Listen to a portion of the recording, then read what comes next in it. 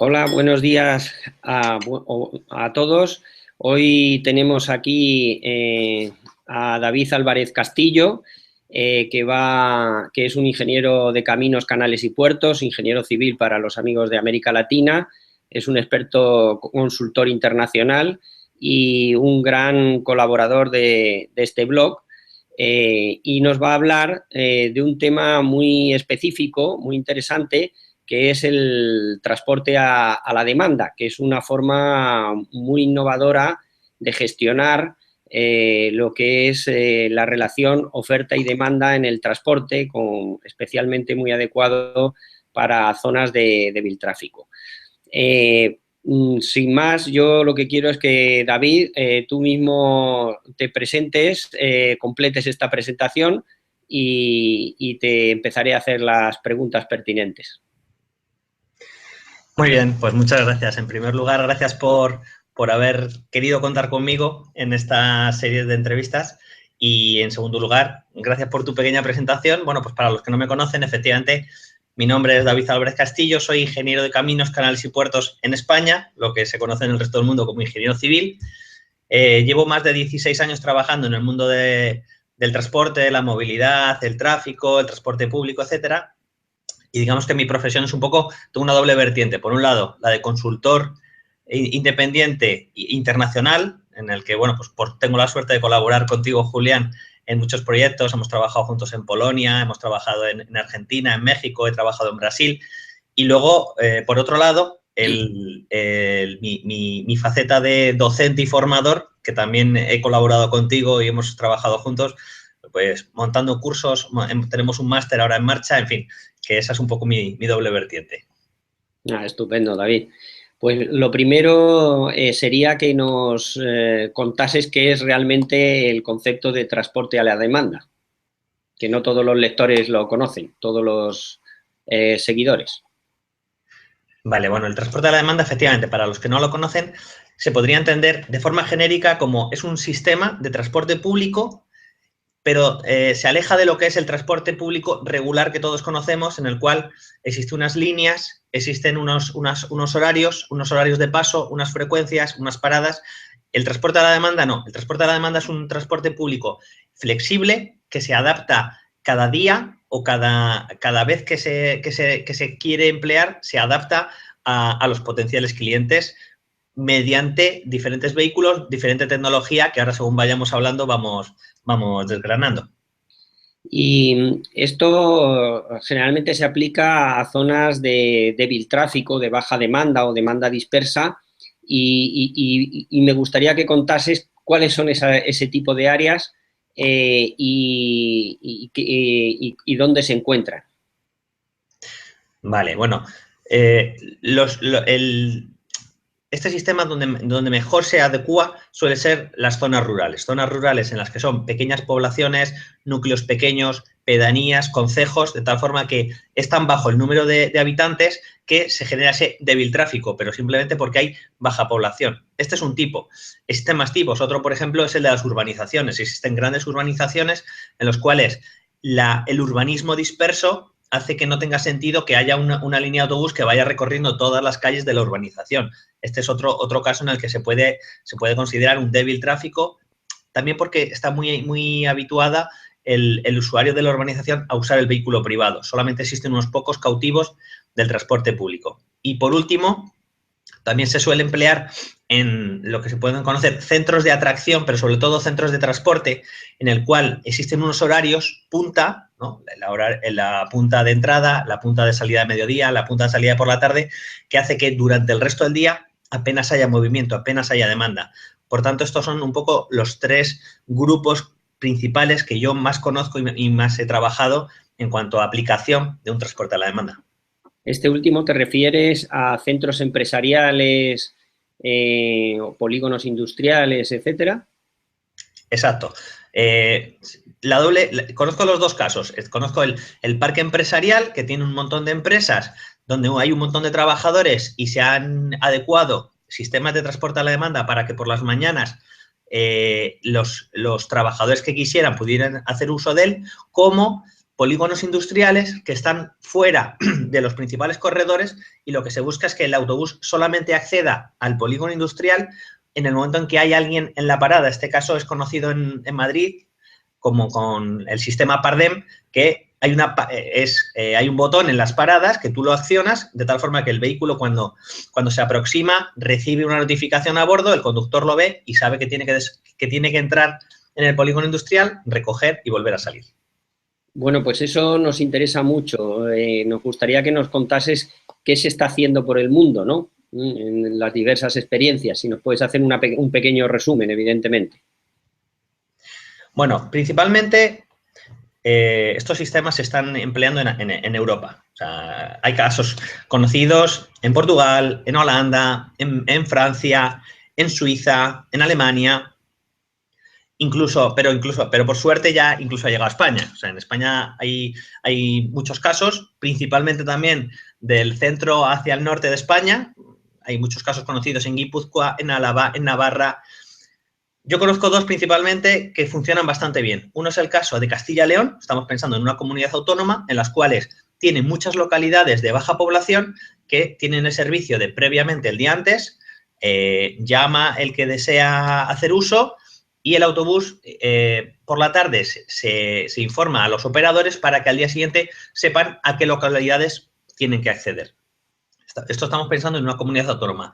El otro caso, por ejemplo, es el de el municipio de Vitoria, en el cual tiene un montón de concejos pequeñitos periféricos que este sistema, además, yo trabajé en su adecuación, se hizo mediante taxis y era pequeños concejos, de tal forma que igualmente el día antes avisaban por teléfono, se hacía una ruta, se les avisaba que pasaría el sistema, pasaría el vehículo a recogerlos y los llevaría a los principales destinos que han elegido de la capital de Vitoria.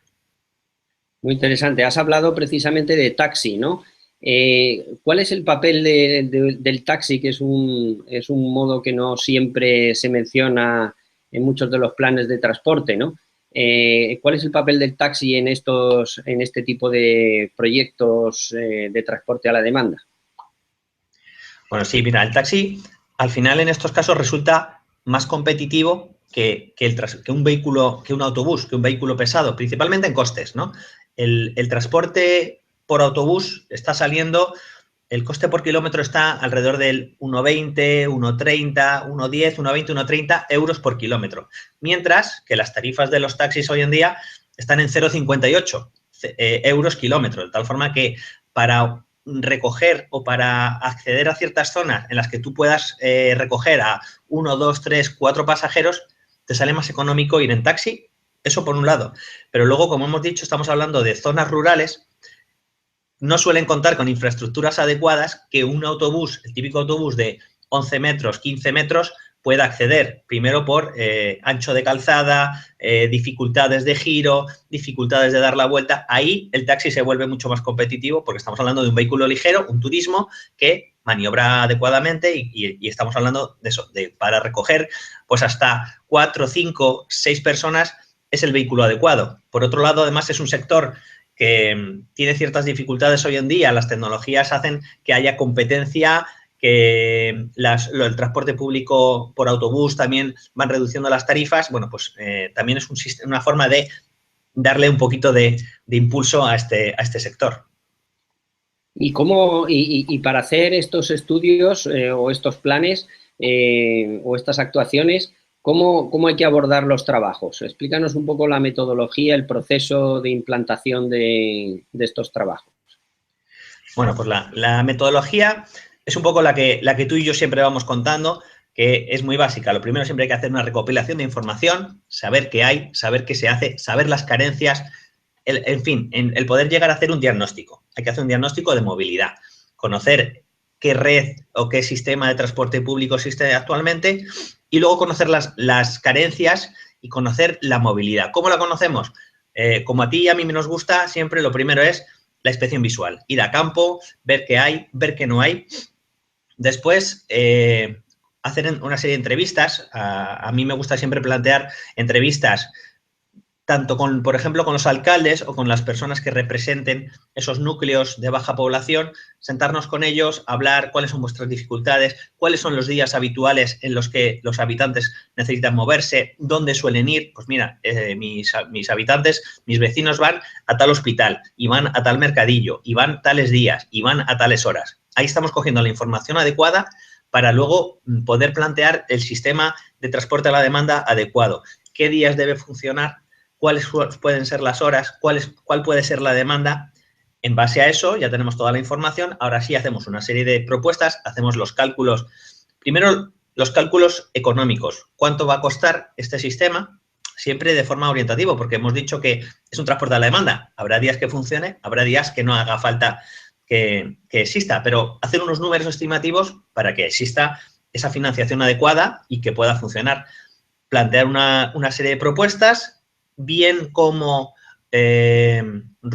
días específicos en los que sí puede haber ese servicio, cuál es el sistema que tienen que emplear los habitantes para hacer uso de él, informarles que pues se puede hacer por teléfono o hemos ido a otros sistemas más complejos, pero bueno, explicar siempre todas las pautas y luego ponerlo en marcha.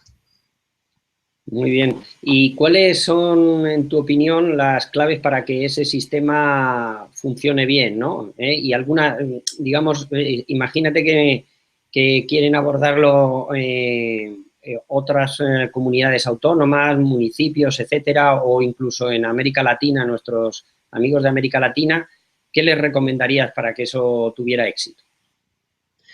Vale, en cuanto a claves, yo agruparía, considero que existen 4 principales. La primera, hay que estudiarlo bien, siempre hay que estudiarlo bien. Conozco casos que no han triunfado o que no han calado porque no se estudió adecuadamente. Se puso pruebas piloto, las lanzamos a ver qué pasa y resulta que no salía, no había la gente adecuada, no se podían organizar adecuadamente las rutas. Hay que estudiarlo bien, hay que conocer bien la demanda, hay que conocer bien las necesidades, qué días es necesario, cuáles son los orígenes y los destinos habituales que quieren saber. Es decir, estudiarlo bien. La segunda clave es hacer bien los números, que esto es algo que he aprendido siempre de ti, hay que hacer siempre bien los números. Calculemos los costes, calculemos cuánto va a costar y si tenemos esa financiación adecuada, si es viable o si no es viable. Siempre hacer bien los números. El tercero y fundamental es una buena campaña de comunicación y difusión. Tú tienes que contarle a los habitantes, a los vecinos, a los trabajadores, que existe ese sistema, que pueden hacer uso de cómo funciona y que de cuánto les cuesta. Eso es fundamental porque realmente estamos hablando de un sistema, es un sistema difuso, no existe unas paradas con unos horarios. Tienes que saber que existe para que tú puedas hacer uso. Por tanto, una campaña de comunicación y difusión fundamental. Y la cuarta clave, la colaboración de las administraciones, porque existen una serie de aspectos jurídicos, administrativos y legales que tienen que estar amparados por una administración que sea la que tenga competencias para poder implantar estos sistemas. Estas serían un poco mis 4 claves. Oye, excelente, David. Esta ha sido la última pregunta y vamos, por hacer una pequeña recapitulación, nos has hablado del transporte a la demanda como una forma muy interesante en estos tiempos de escasez de recursos en los que hay que ajustar la oferta y la demanda, ¿no? Para no desperdiciar el dinero público, ¿no? Y a la vez poder dar un servicio que puede ser con un coste muy razonable, puedes dar un servicio a personas y a grupos de población que están en una situación muy complicada en cuanto a accesibilidad, ¿no? Entonces me parece especialmente atractivo por ese tema, ¿no? Yo creo que además, bueno, has hablado de algunas experiencias, creo que, como has dicho, en Europa hay ya unas cuantas y en el conjunto de España incluso en Andalucía, que es nuestra tierra, ¿no? Y eso siempre es bueno, ¿no? Y me hace particularmente, bueno, me da gusto escuchar, como siempre, que es necesario hacer estudios buenos, ¿no? Eso es una cosa que reivindicamos siempre porque al final los estudios buenos generan buenas tomas de decisiones, buenos proyectos y además al final ayudan a esa utilización justa del dinero, ¿no? Del dinero público, ¿no? Yo creo que el tema de trabajar de cerca en estos proyectos es fundamental. Son proyectos muy en los que hay que bajar al nivel de operativo, ¿no? De calle, ¿no? Y los municipios realmente son los más cercanos a la población, ¿no? Entonces conocen muy bien las necesidades, ¿no? Entonces hablar esas conversaciones que has mencionado con los alcaldes, etcétera, creo que son bastante importantes, ¿no? Bueno, no sé si tienes que añadir o quieres añadir alguna cuestión más antes de que nos despidamos. Nada, has hecho un resumen magnífico. Pues nada, con esto terminamos y animamos, como siempre, a todos los seguidores a que vean, a que nos sigan en las próximas entrevistas y lean los artículos que continuamente publicamos. Muchas gracias a todos. Y gracias, David, especialmente. Un placer.